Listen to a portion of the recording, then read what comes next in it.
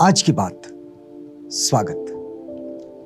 आप जानते हैं कि आज की बात में इस समय हम लोग जापान के धर्माशोक शोतोकु, जिन्हें कुमार शोतोकु के नाम से जानते हैं, यह कुमार शोतोकु का जो राजकाज था और इनका जो राजकारभार था, इसको हम समझने का और जानने का प्रयास कर रहे हैं और इसे आप तक पहुंचा भी रहे हैं। दरअसल ये जो सब जितनी जानकारी हम आप तक पहुंचा रहे हैं, ये एक संशोधन है भदंत डॉक्टर सावंगी मेधनकर जी का। इस संशोधन में हमने पिछली कड़ी में देखा कि शोतोकु, कुमार शोतोकु, जापान के धर्माशोक, इन्होंने लोगों को जो उपदेश दिया वो सद्धर्म पुंडरीक सूत्र का जो आदर्श है, वो आदर्श उन्होंने स्वयं के लिए भी अपनाया और जापान को भी वो आदर्श दिया।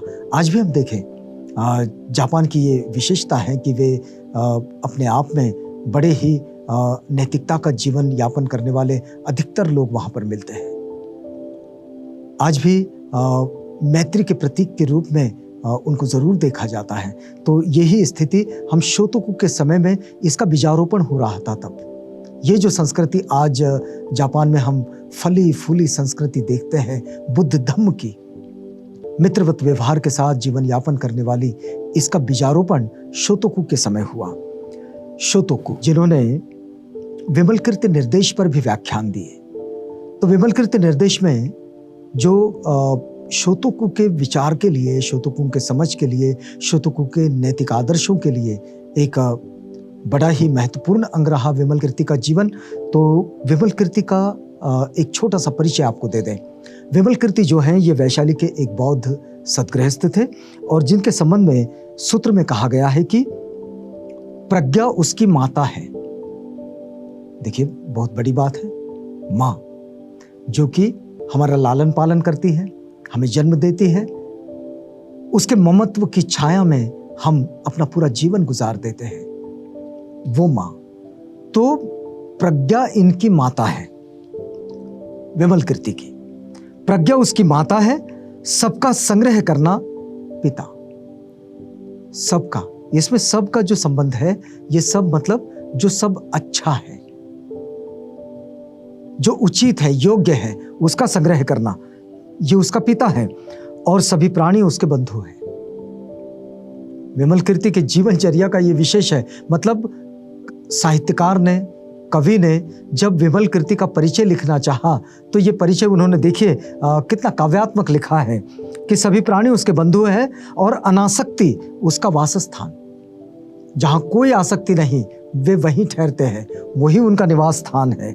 और संतुष्टि उसकी पत्नी है। उसकी जो पत्नी है, उसकी जो सहचारिणी जिसको कहे, जो उसके साथ साथ चलने वाली, वो है संतुष्टि, क्योंकि वे संतुष्ट है। मतलब ये उनके स्वभाव के गुण है।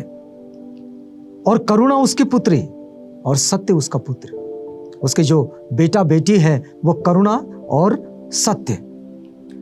अब देखिए, इस प्रकार गृहस्थ जीवन व्यतीत करते हुए भी वे सांसारिक बंधनों से विमुक्त रहे। विमलकृति की यह विशेषता रही कि वे रहे तो गृहस्थ जीवन में, लेकिन ये जो सांसारिक बंधन है, इन सांसारिक बंधनों से वे बिल्कुल बाहर रहे, उससे मुक्त हो गए। ये सूत्र की व्याख्या करते हुए शोतोकु लिखते हैं कि विमलकृति पहुंचा हुआ मुनि था, जबकि थे वे गृहस्थ। वे कोई घर से बेघर होकर प्रव्रजित होने वाले कोई सन्यासी नहीं थे, कोई भिक्षु भी नहीं थे, लेकिन वे थे एक सद्गृहस्थ। लेकिन ये उन्हें मुनि कहते हैं।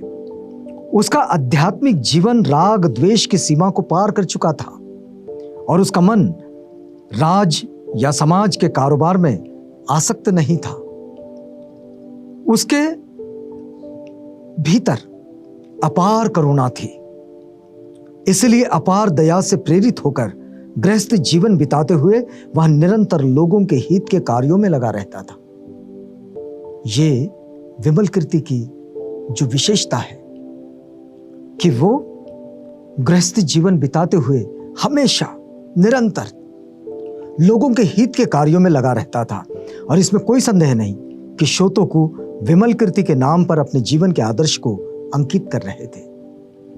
शोतोकु के लिए भी गृहस्थ जीवन में विमलकृति उनके आदर्श बन जाते थे। और विमल कीर्ति के आदर्शों पर वे अपने जीवन को यापन कर रहे थे। और इस तरह वो ये अपना जो जीवन है, इस जीवन को बहुत बेहतर तरीके से आगे बढ़ा रहे थे। काशी की रानी श्रीमाला आदर्श बौद्ध महिला थी और वह मातृभक्ति तथा पितृपरायणा थी। रानी का जीवन बिताते हुए भी उसने अपने शास्ता बुद्ध के सामने अपने कर्तव्य को लेकर इस प्रकार प्रतिज्ञा की थी। देखिए, बौद्ध काल में या फिर बौद्धों की जीवनचर्या में यह बड़ी विशेषता रही है कि वे अपने जीवन को यापन करते हुए एक नियम डालते हैं और वो नियम किसी प्रतिज्ञा की तरह अपने साथ जोड़ लेते हैं। तो देखिए कि मेरा सर्वस्व गरीबों और अनाथों को अर्पण है। उसने प्रतिज्ञा की कि मेरा जो सर्वस्व है वो गरीबों और अनाथों को अर्पण है।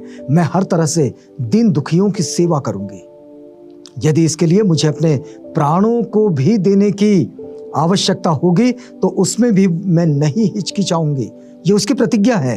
देखिए, श्रीमाला के इस आदर्श जीवन को लेकर अवश्य ही शोतोकू अपनी चाची सम्राद्धि की उसे आदर्श पर ले जाना चाहते थे और अनाथ और रोगियों की सेवा के लिए देश में हर जगह आश्रम इसी आदर्श को लेकर उन्होंने बनवाए थे। अब देखिए कि ये जो रानी श्रीमाला जो कि आदर्श बौद्ध महिला थी, इस आदर्श बौद्ध महिला को, ये श्रीमाला मतलब श्रीमाला के इस आदर्श को मतलब शोतो को अपनी चाची सम्राद्धि को उसी आदर्श पर ले जाना चाहते थे। तो श्रीमाला ये उनकी जो चाची है जो बैठी तो थी, लेकिन इस तरह से उन्होंने शोतोकू ने इसे एक आदर्श के रूप में तो उन्होंने आश्रमों की भी स्थापना की, आश्रम भी चलाए, चिकित्सालय चलाए और वहां से लोगों की सेवा का कार्य किया करते थे। इसमें एक बात जो बड़ी महत्वपूर्ण की, मैं सर्वस्व गरीबों और अनाथों को अर्पण करती हूँ। अपना सर्वस्व संपूर्ण गरीबों और अनाथों को अर्पण करती हूँ और इसके लिए मुझे अपने प्राणों को भी देने की आवश्यकता पड़े तो मैं हिचकिचाऊंगी नहीं। आप देखिए, एक बड़ी पुरानी कहावत है, हमारे यहाँ भी प्रचलित है कि प्राण जाए पर वचन ना जाए। तो ये जो वचन देने वाली बात है या वचन लेने वाली बात है, यानी अपने बात के प्रति समर्पण जो है, ये भाव बौद्धों की जीवनचर्या का रहा है। और यही भाव के साथ जब पूरी दुनिया में लोग जब जीते हैं, शोतोकू का तो ये आदर्श रहा, तो शोतोकू भी जापान के लिए धम्माशोक बन गए। एक ऐसे सम्राट जो राजगद्दी पर भले ही ना बैठे, लेकिन उन्होंने राजकाज इस तरह चलाया कि हर कोई ये कहने लगा कि राजा भवतु धम्मिको। हम रुकते हैं यहाँ इस वादे के साथ कि कल आपसे पुनः भेंट होगी जब हम इसी बात में आगे बढ़ेंगे। तो तब तक के लिए हमें आज्ञा दीजिएगा।